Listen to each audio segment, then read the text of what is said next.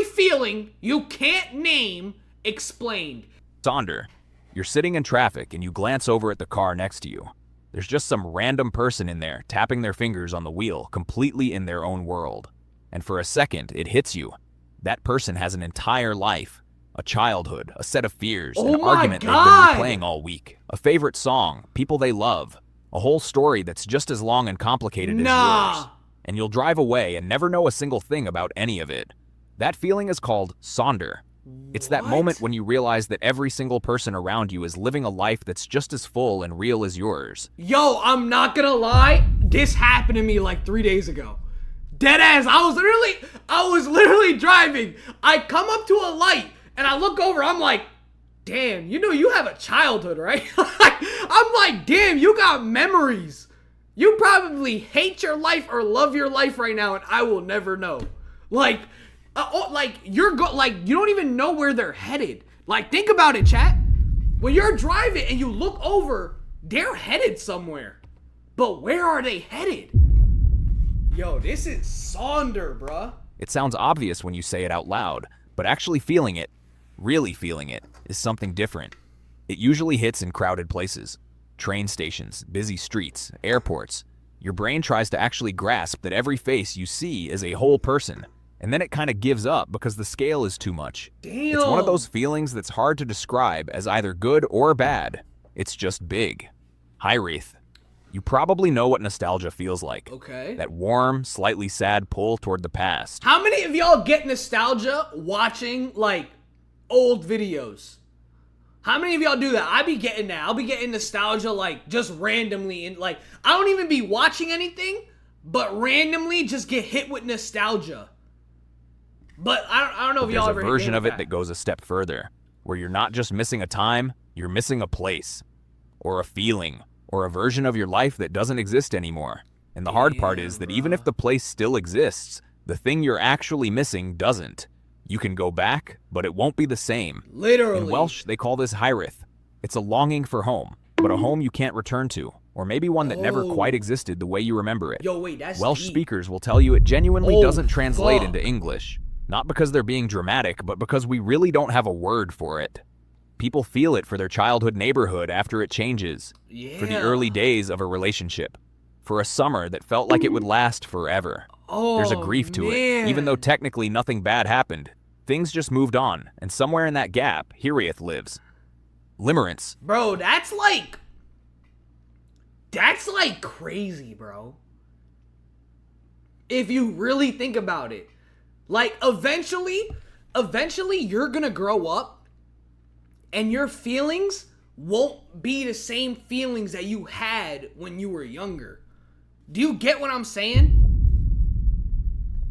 Like, those feelings you had running around the park, you're not gonna feel them again when you get older. And when you try to, it just won't work. Like, you know that phase early on with someone you like, where your brain basically stops working? You've had maybe two real conversations with this person, but you've already thought about them an embarrassing number of times. You check your phone more than you want to admit.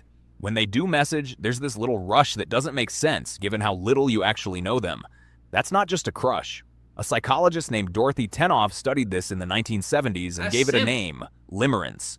What makes it different from just liking someone is how involuntary it is. You're not choosing to think about them constantly. Your brain is just doing it, over and over. And it doesn't stop until it gets the information it's looking for. Because the real thing limerence is after is reciprocation. It's not just about the person, it's about whether they feel it too. Every small thing they do gets read into. A fast reply means something. A slow one means something else. The moment the uncertainty disappears, either they like you back or they don't, the feeling tends to fade pretty quickly, which tells you a lot about what it actually was. Canopsia. Whoa. There's something specifically unsettling. Chad, does that happen to y'all? Do y'all just like, does that happen to you? That doesn't happen to me. I don't get that feeling at all. Like, I get boners instantly. Does that happen to you guys? About a place built for people when the people are gone. Everybody a school on YouTube, during Twitch. summer break. An office on a Sunday evening. A stadium an hour after the game ended. Cups still on the floor, lights still on. These places were designed for crowds. The chairs, the signs, the layout. All of it assumes people are supposed to be there. And when they're not, something feels off in a way that's hard to explain. That's canopsia, the eerie feeling you get in an abandoned place that used to be full of life. What makes it different from just being in an empty room is that you can feel the absence. Yeah, it feels like it's fucking dead. It feels like the room is literally dead. Yo, does that happen to you guys? Like, if you ever go to a restaurant that's not busy no more, it's like the air is dead. Like, there's no, like, you're breathing in air, but it's dead. It's not like, you're not getting, like, life. You're, like, almost getting, like, you get what I'm saying? Like, you're losing it. I don't know how to explain it, but if you'd never known the place was full, it would just be a room. Chat, what's a place like this for you? The emptiness has a texture to it. People get the same feeling from old social media profiles that haven't been touched in years, or home videos of people who have since died. The structure is still there. The person isn't. And that gap creates something genuinely strange. Chrysalism. There's a reason so many people say they love rainy days, and it's more specific than just liking the look of rain. My bad. When it's properly pouring outside, loud enough to hear, bad enough that going out would be miserable, and you're inside, warm, with nowhere to be, something shifts. The outside world and all its demands becomes physically unreachable. And in that, there's a kind of permission. Permission to stay put, to not deal with anything, to just exist where you are. Yo, I'm not gonna lie, girls go through this 24/7. Let me get a fact if this is facts. Let me get a fact if this is facts, bro. That type of weather makes you want to, like, spawn in pizza. Dead ass, bro. Is that facts or no? Is that facts or no? That type of feeling makes you just want, like, pizza, just instantly. This is chrysalism, named after the chrysalis, the cocoon a butterfly lives in before it emerges. It's that specific feeling of being sealed off from the world in a way. How do butterflies fuck? Hold on. Now we're starting to get to the real questions. How do butterflies fuck, bro? How do they do it? Is it with their tongue? They inject each other with it? Way that feels safe rather than trapped. What makes it work is the contrast. The noise of the storm outside is actually part of what makes the warmth inside feel so good. Your brain registers the difference and relaxes. That's the feeling. It's why some people will crack a window just to hear the rain better. What? Used bookshop. Bro, what? People will what? Shops have an atmosphere that's hard to put your finger on.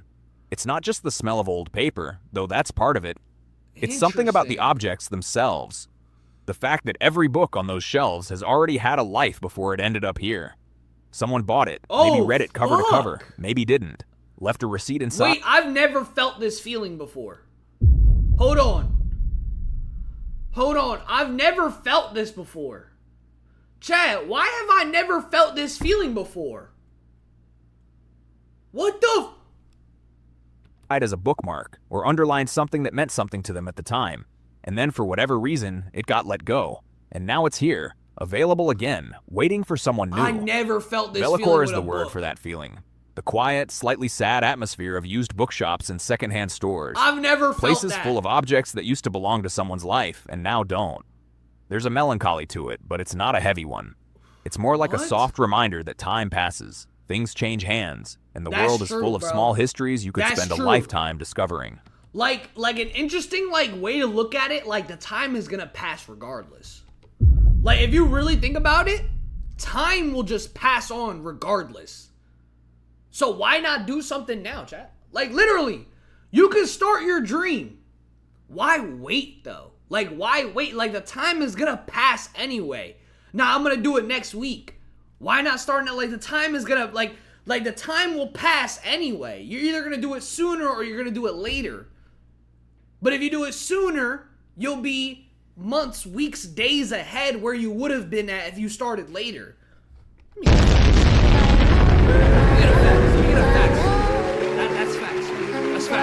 That's facts. Monocopsis. You're at a party or a work event or some gathering where everyone seems comfortable and the conversation is flowing. And you're fine. You're talking to people, you're smiling, nothing is technically wrong. But there's this low-level, constant feeling that you're slightly off. Not unwelcome. More like a piece that doesn't quite fit the puzzle it's been placed in. That was me yesterday, Monocopsis is the word for that. The subtle, persistent feeling of being out of place. What makes it different from just being shy is that it doesn't really go away once you relax or warm up. It's more like something about your frequency doesn't match the room, and no amount of adjusting closes the gap. People who feel this regularly tend to have the same quiet thought underneath it all, that somewhere there's a room they'd walk into and it would just work, where fitting in would be effortless, where they'd stop noticing the gap.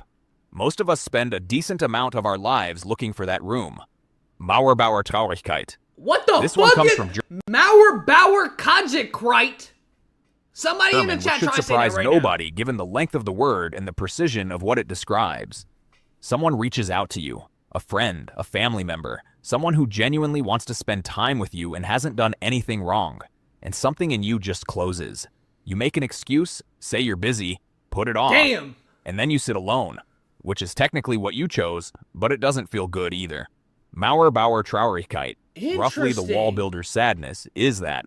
The urge to push people away even when you don't really want to. Damn, chat. Some of y'all go through this, bro.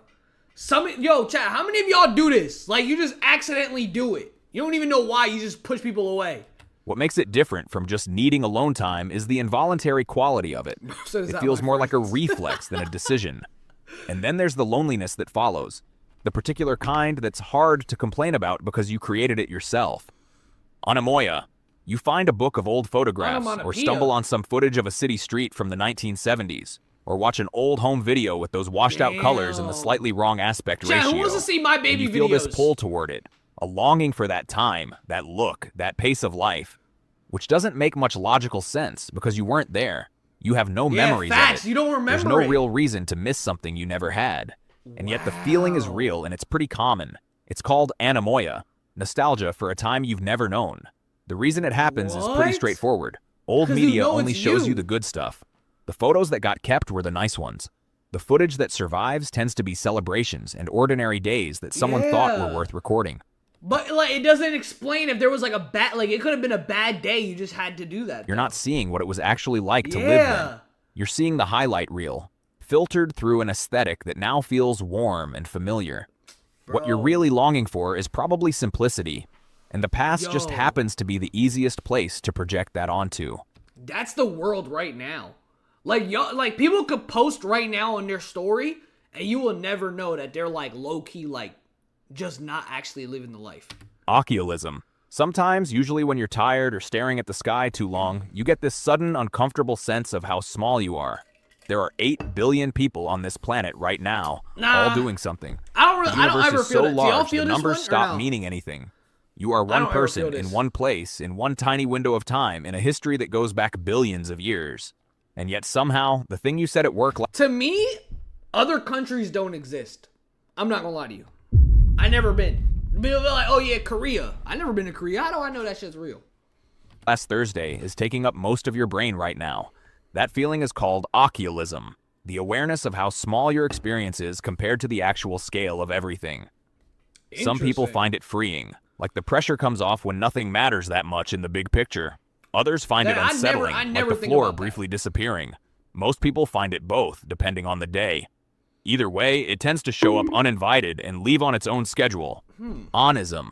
You're going to live one life, one timeline, one body, one sequence of days. And at some point, that becomes very real to you. Every choice you make is also a choice not to make 100 others. Every city you live in is a city you picked over dozens you didn't. Every path you take closes off paths you won't. The life you're building is, by definition, being built at the cost of every other version you could have had. Onism is the frustration of being stuck in just one place and one life. The quiet awareness of how much Okay, no. Okay, so I thought he was gonna go somewhere else with this, but chat, low-key, I low-key think that's maturing and finding your purpose. I feel like in order to find your purpose in life, you need to feel that. Because a lot of people will never understand, why am I living this shitty life? But it's like, bro, you're not understanding all the little things you've already done is what made you here, though. And people are like, what do you mean? Literally every little thing you do is the reason why you are the way you are and the reason why everything's happening the way it does.